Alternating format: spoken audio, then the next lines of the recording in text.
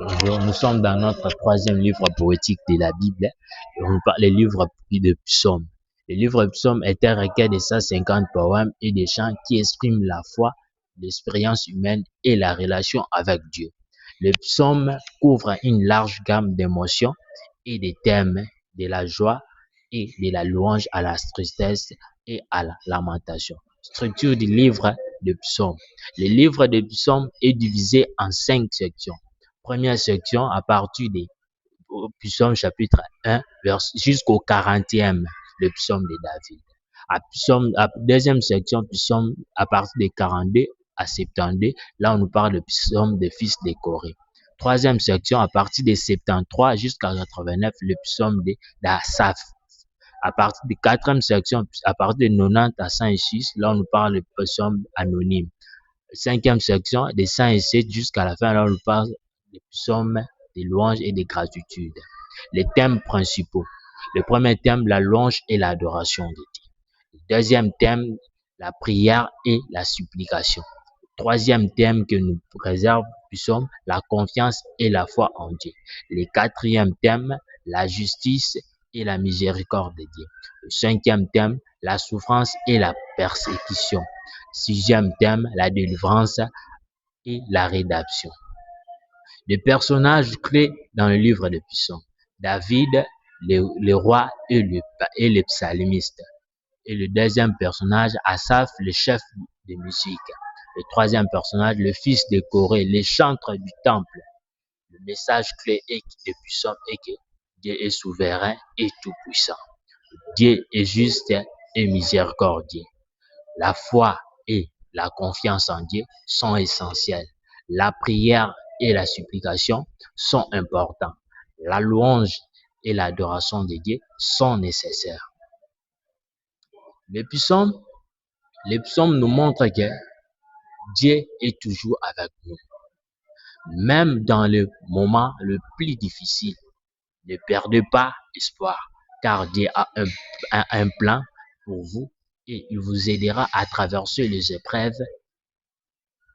Nous devons avoir la foi et la confiance en Dieu sont essentiels pour vivre une vie qui honore Dieu. Cherchez Dieu de tout cœur. Faites confiance à sa souveraineté, à sa miséricorde. Troisième point, la prière. La prière et la supplication sont importantes pour communiquer avec Dieu et pour demander son aide. Ne craignez pas de vous tourner vers Dieu, car il est toujours prêt à vous écouter et à vous soutenir. C'est que je voulais les tirer encore le plus important, la louange et l'adoration. La louange et l'adoration de Dieu sont nécessaires pour exprimer notre gratitude et notre amour pour lui. Prenez le temps de réfléchir à toutes les bénédictions que vous avez reçues et exprimez votre reconnaissance à Dieu. Dieu est juste et miséricordieux. Il nous offre la délivrance et la rédemption. Ne vous inquiétez pas pour l'avenir, car Dieu a tout sous contrôle. Et il vous guidera à travers le défi. Le psaume nous encourage à chercher Dieu de tout notre cœur et à le suivre avec passion.